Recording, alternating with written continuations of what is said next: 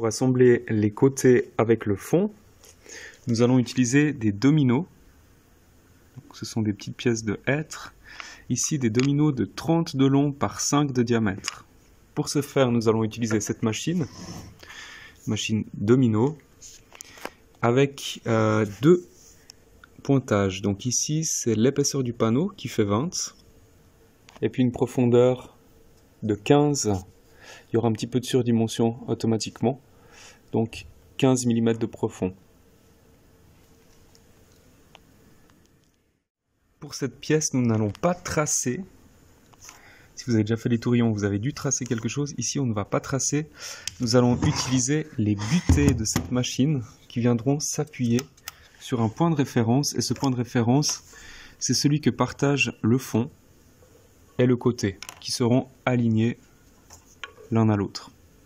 Attention ici, on n'a pas du tout le même point de référence puisque le fond est en retrait du côté. Donc, écrivez peut-être arrière-avant au niveau de cette pièce appelée fond. Et puis ce fond, vous allez le tourner comme ceci et le serrer dans les greppes de la presse. Si jamais, remettez encore arrière ou une petite croix, puisque cette partie-là sera votre point de référence. La butée que vous voyez ici va venir s'appuyer contre le champ de votre pièce. Donc on pose la machine et on la décale vers la gauche pour que la butée s'y appuie. Là, vous vérifierez que le sélecteur est bien positionné sur la petite forme. Donc ce serait une entaille sans surdimension qui sera parfaitement ajustée à votre domino. Comme d'habitude, vous utilisez une machine qui fait du bruit, les pamirs sont de rigueur.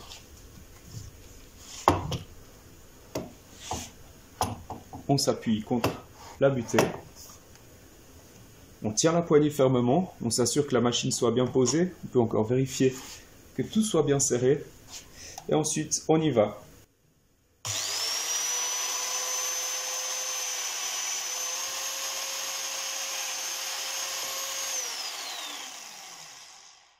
Pour le deuxième domino, nous allons placer le sélecteur en position avec sur mesure.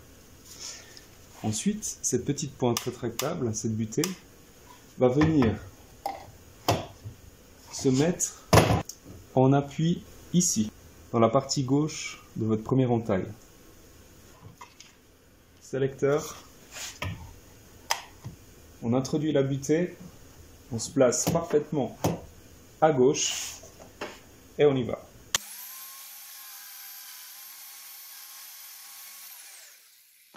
Pour l'autre côté, donc on va se tenir sur la même surface, sauf que l'appui ne sera plus à droite, mais à gauche. Si vous avez mis des petites croix, vous vous rappellerez que c'est cette partie-là qui est notre surface de référence. Donc, on a tourné la pièce. On replace le sélecteur en position sans surmesure pour la première entaille. La butée s'appuie contre le champ.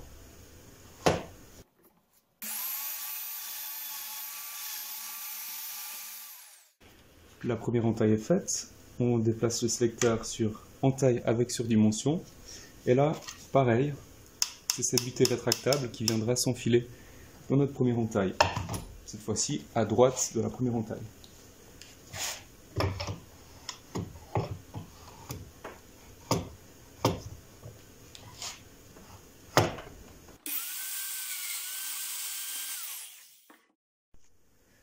Maintenant pour les côtés, c'est le même principe.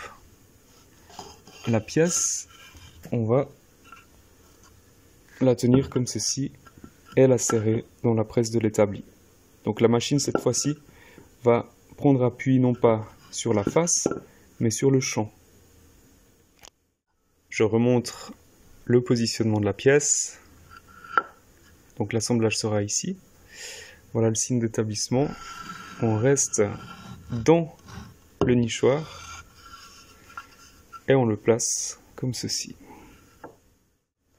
Pour avoir un meilleur appui sur la surface de la pièce, vu qu'ici l'appui est tout petit, on peut utiliser une pièce en plastique qui viendra épaissir la table de la machine. Donc cette pièce, vous pouvez simplement la visser dans ces petits trous sur la machine. Une fois cette pièce mise en place, vous pouvez contrôler qu'elle soit bien alignée avec le guide en alu, pas qu'il y ait une surépaisseur. Vérifiez bien que vous soyez à l'intérieur de votre nichoir. Si vous avez déjà coupé le biais, vous êtes sur la grande dimension. La machine avec ses butées va prendre appui ici. Le sélecteur en position minimale, sans jeu. Cette butée s'appuie la contre. On place la machine bien à la verticale. On la tient fermement par la poignée et on y va. Pour la deuxième entaille, on peut continuer sans jeu, puisqu'on a déjà mis du jeu dans la première pièce. On va toujours travailler avec la butée rétractable, elle va venir dans l'entaille. Vous pouvez la souffler au préalable pour éviter des imprécisions. Et puis, on la met dedans, on l'insère, et ensuite on pousse la machine en fond d'entaille, donc à droite.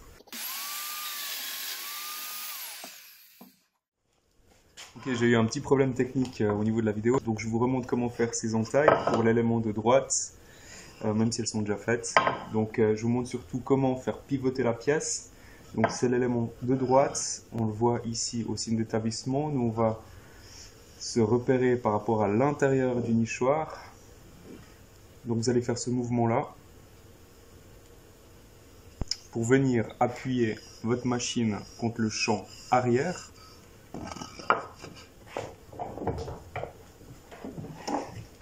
Cette fois-ci, c'est la butée droite qui va s'appuyer donc à droite de votre pièce, comme ceci, en butée.